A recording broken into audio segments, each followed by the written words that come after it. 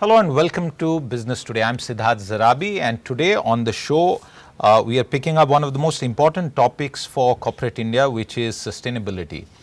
And it gives me great pleasure to welcome on the show with us Rajnish Kumar, former chairman of the State Bank of India. He is the chair of the jury for India's most sustainable companies for 2025. We are also joined by 6 other jury members who have been part of the selection of the winners for this year across 15 categories. Of course, on this show we are not going to reveal the winners, that is for later, but it gives me great pleasure to welcome Deepali Pant, former Executive Director at the Reserve Bank of India, Mehul, Pandya, the Managing Director and Group CEO at CareEdge Group, Vimal, Bhandari, the Chairman of the Board of HDFC Trustee Company Limited. We also have with us Kamran Khan. He is the Managing Director and Head of ESG Deutsche Bank Group. We have Srinath, Sridharan, Corporate Advisor. We also have with us Dr. Ravichandran, Director of IIFM. Mr. Kumar, I want to start with you with the big picture. Given the entire effort put in by the jury and our knowledge partner CareEdge, without obviously revealing the winners, if I were to ask you for a big picture takeaway of the state of sustainability in India Inc. with regard to the goals that we have set for ourselves. Yeah, thank you, Siddharth. First of all, my compliments to the team for putting this together. They would have scrutinized the reports which are available in public domain. And most of the company balance sheets now I see, there is a big section on ESG. One is, of course, there is a SEBI regulatory framework, which applies, of course, for the top companies, but the effort which the team has put in to prepare a matrix which is very comprehensive and which covers all dimensions. And another heartening feature is that the sectors which are otherwise considered to be leading more to pollution like steel, cement, power, the effort these companies seem to be making in the sustainability and particularly in the area of climate change, I think the signs are encouraging. We need to do a lot more. But I think directionally we are in the right direction. That is what I could gather from all the analysis which has been put up by the team. Let me go across to Mehul Pandya of CareEdge. Mehul, do you believe that India's ESG landscape overall is robust enough and is driving meaningful change both in behavior and the meeting of goals that we have in this regard? Thanks, Siddharth, for this. First and foremost, my compliments to Business Today for this excellent initiative. Key aspect of the functioning as far as the country is concerned, I think we are taking decisive strides in this front. Right?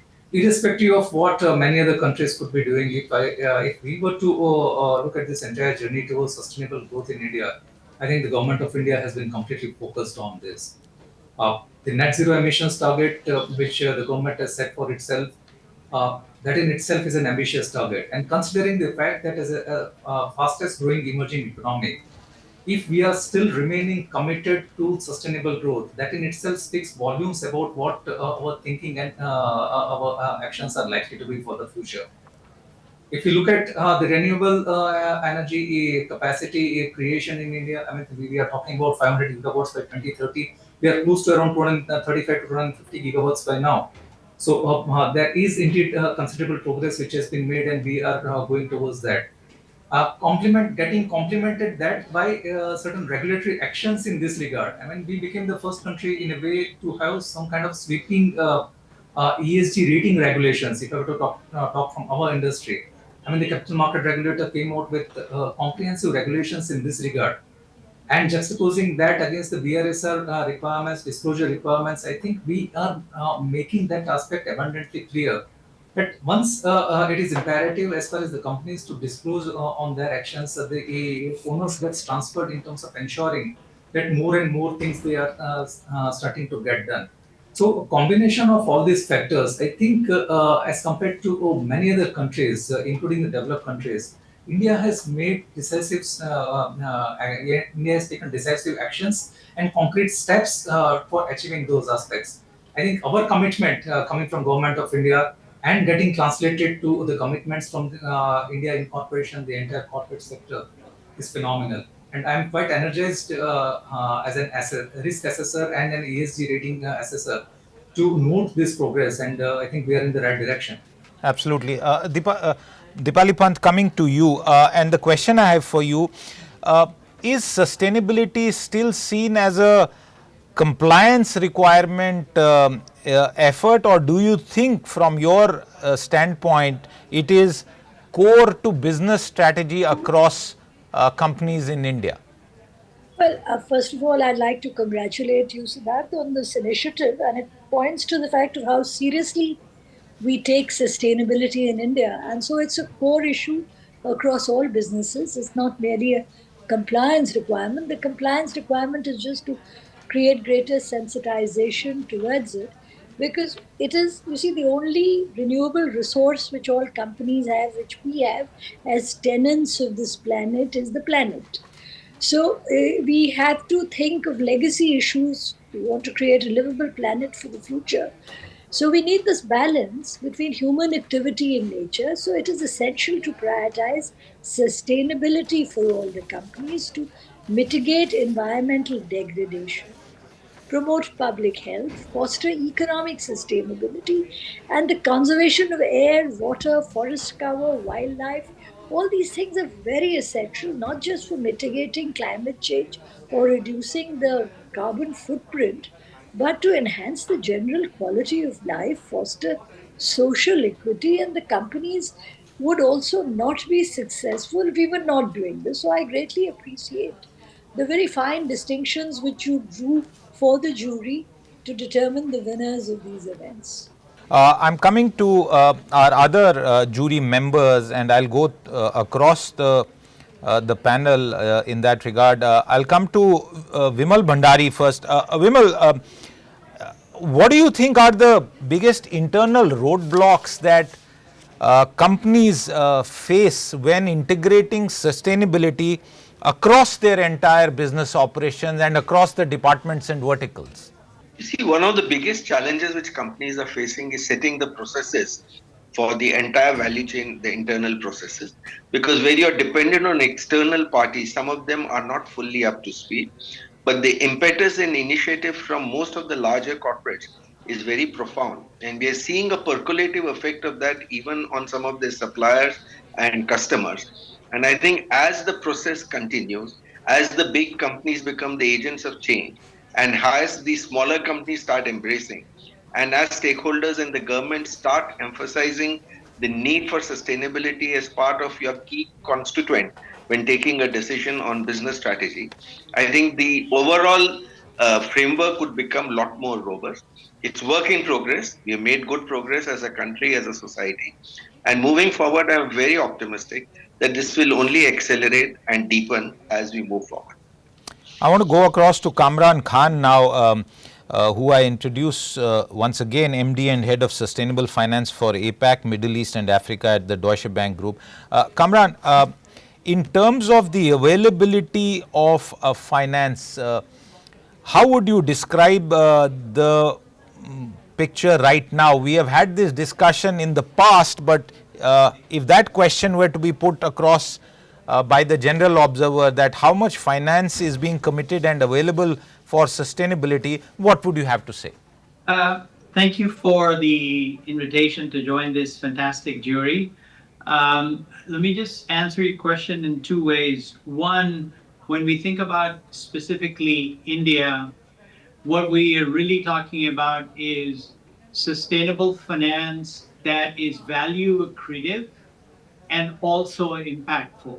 I think if anything, anyone has learned this year with the changes happening geopolitically, it is that sustainable finance is not a public relations thing. Sustainability in the corporate sector has to create value, competitiveness for the company, its products, its positioning globally.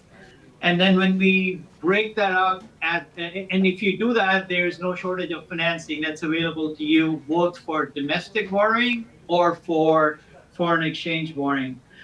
And then when we expand it to, again, like I said, at the national level, it is great to see the momentum continuing in India because it's critical. It's critical for the physical quality of life for people in India going forward, as well as mitigation of global climate change.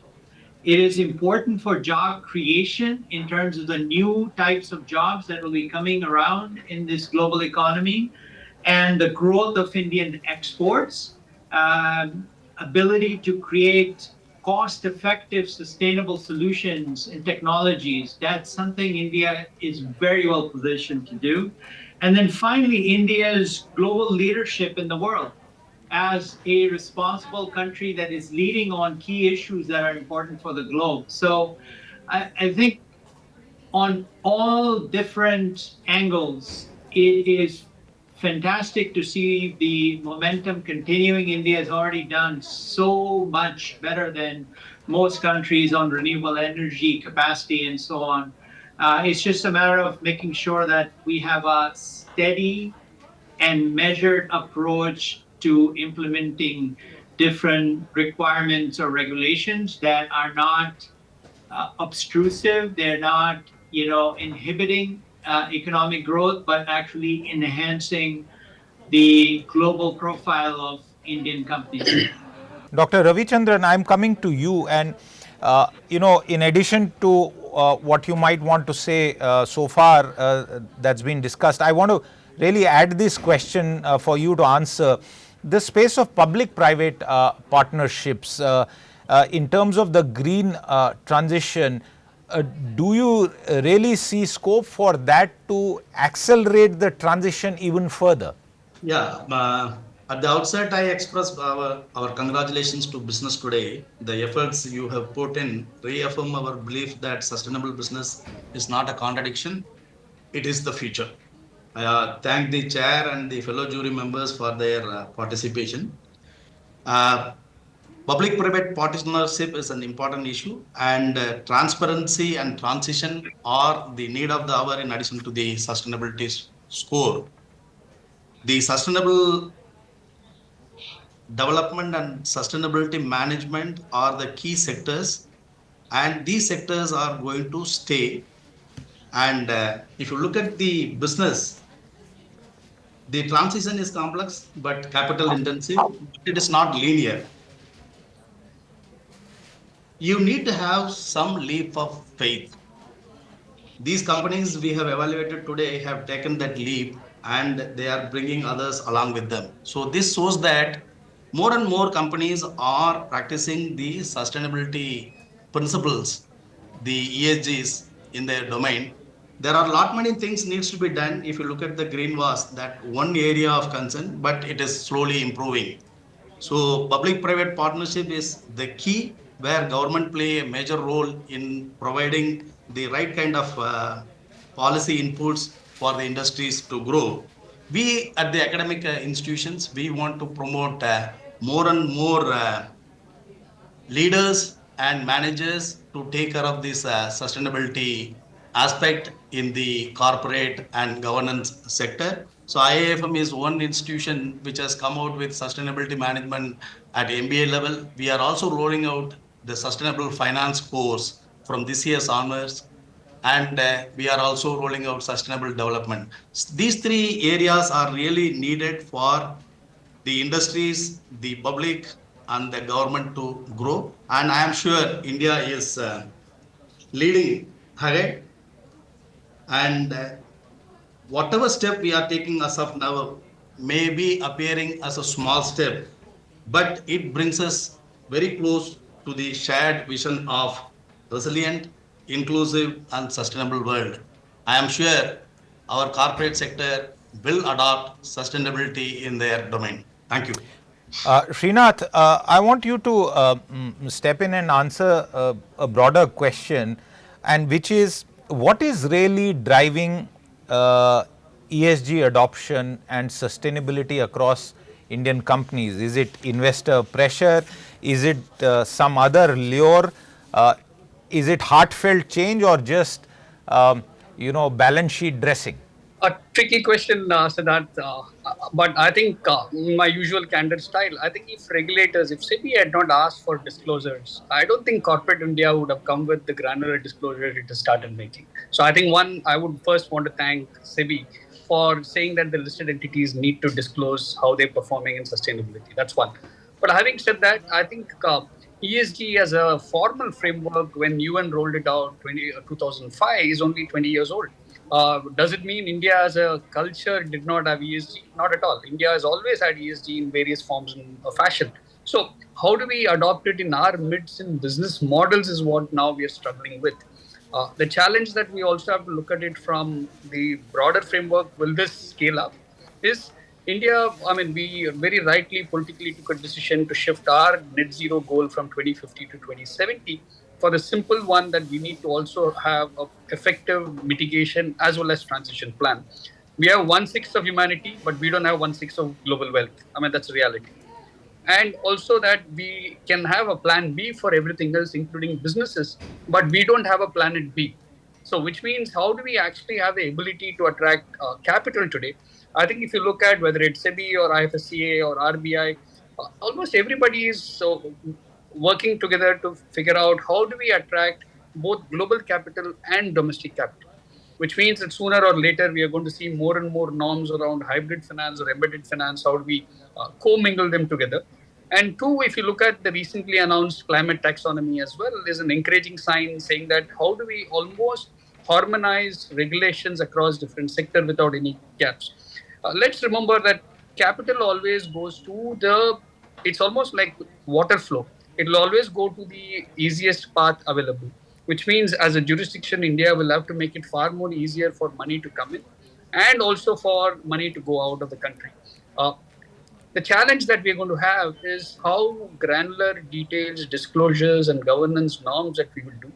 So, which is where I think the ESG rating community will also have to evolve, that at some point in time we have empathy for Indian conditions. I always give this example of the chotu problem. There's always this chotu in every single dhaba, every tea shop, every single restaurant across India. Would you qualify that as child labor? Or would you say that if that chotu did not have a job, would he be orphan? Would he take to crime? Would he be struggling a life? So how do you solve for it? So there are so many of similar such chotu problems that India has. And we will have to, in the ESG spectrum, I cannot bring a lens of how a Nordic country or a developed economy has as a ESG framework for an Indian framework. And this is where I think the political might and the regulatory might will have to take it up and say that this is what should be applicable for India. Because we cannot have the other lens. So I think it's a good start, and some of it are and will continue to be window dressing. But I think that sooner or later that ESG washing will go away. Okay, ESG washing will go away. On the next few minutes that we have left for concluding this discussion, I just want to toss a broader question and allow any member on the panel to answer that. And this is, what next is required from a policy regulatory perspective to further encourage the adoption of sustainable practices across India? I open up the floor to anyone from the panel to take that question. What else is required in terms of policy moves and interventions, considering that some of you spoke about SEBI's role in this regard? I'd like to go first on this. Taking the entire assessment that we had the privilege and opportunity of deliberating today, I think one thing which was standing out very clearly is that more the disclosures, the more the granular disclosures which the companies have to make, more is the likelihood of them standing by in terms of taking the next steps and keep on reporting the progress on that. For that to happen in a very focused manner, I think if it could be made mandatory for at least the top listed companies, and we can increase the size as we go on. Right? In the initial few years, that if assessments by ESG rating providers like us, if it is made mandatory, I think the entire fraternity, the investor fraternity and the other stakeholders, they will have a greater chance in terms of assessing what we did as a jury today. It will get reflected in terms of an independent assessment which is there for everybody to see. Right?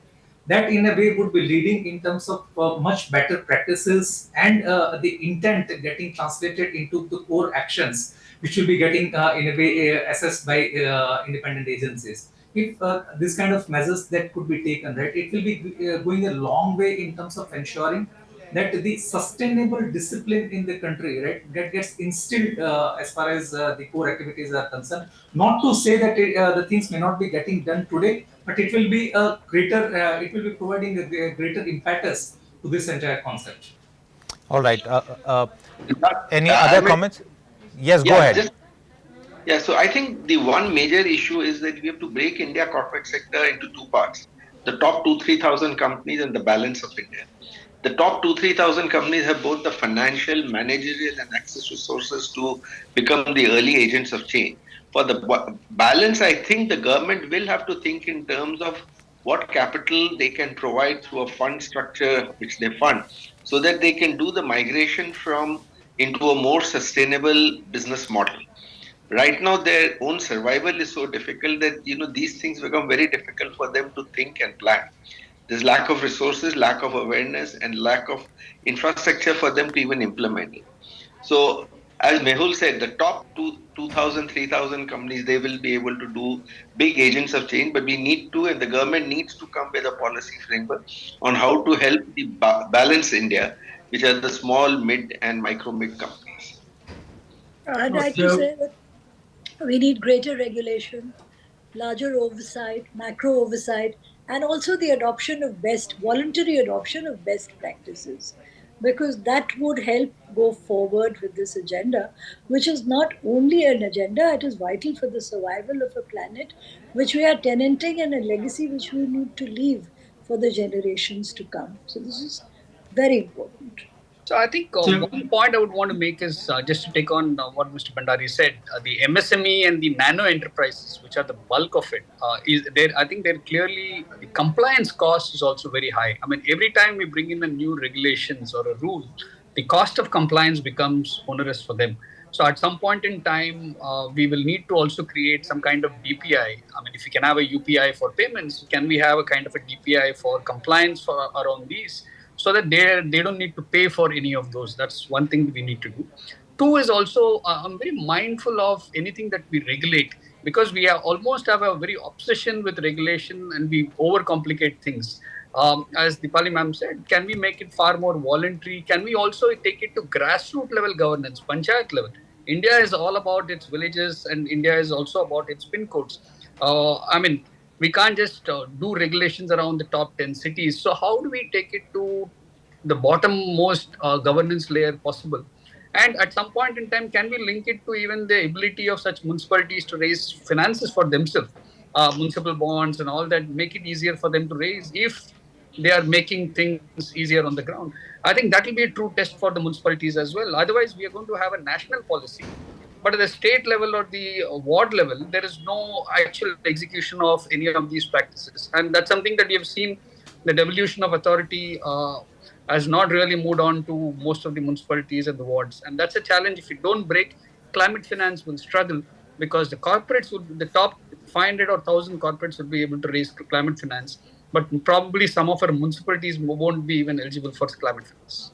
The cheapest option available for any corporate or industries or local self-government, Mission Life. The government of India has floated the Mission Life, lifestyle for environment. It is the cheapest option. If anybody follows that, we will lead a very sustainable life and a low carbon economy.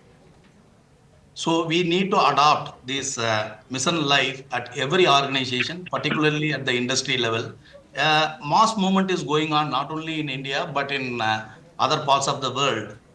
This has been promoted by our own Honorable Prime Minister. So we need to adopt. For adopting this lifestyle for environment, there is no need to invest money. Without money, we can bring a change in the behavior of an individual, bring a change in the behavior of a consumer towards achieving the sustainable way of life. So mission life is one area where we need to look at and we need to implement at all levels. All So right. Yes, my Kamran. perspective, could I just add, I would say that to drive corporate change on any theme over a long period of time, it requires connecting corporates with consumers and buyers for overseas exports.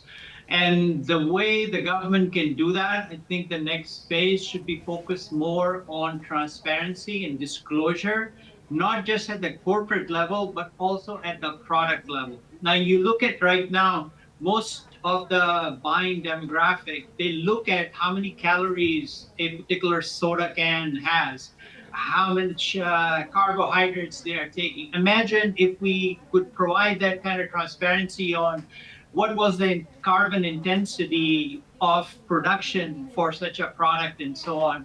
So I think that, I'm always concerned when we take a very heavy regulatory stance on things, but I think regulatory stance on requiring disclosure is probably a very, very useful thing. And as Srinath, Sridharan had mentioned earlier, we can also kind of design it for the Indian environment, right? So it's not a copy and paste from Europe or elsewhere. It is a homegrown approach to making sure that companies are asked to provide this information. It's also going to be very, very important for financiers and private equity investors, because they can see that just from that kind of disclosure, whether a company is on the right track where it's going to attract customers in India going forward,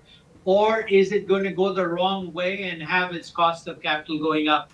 So I think transparency is the key going forward. All right, then very clearly sustainability, one of the most important things for India Inc. to consider in the days, months and years ahead. I thank the entire panel for their time with us today. The jurors of Business Today, India's Most Sustainable Companies 2025, and those details and the winners will get revealed very soon in a special edition of Business Today and also at the event on the 6th of June. So do stay tuned in. For now, thank you very much once again. We'll see you just after a very short break. Bye-bye.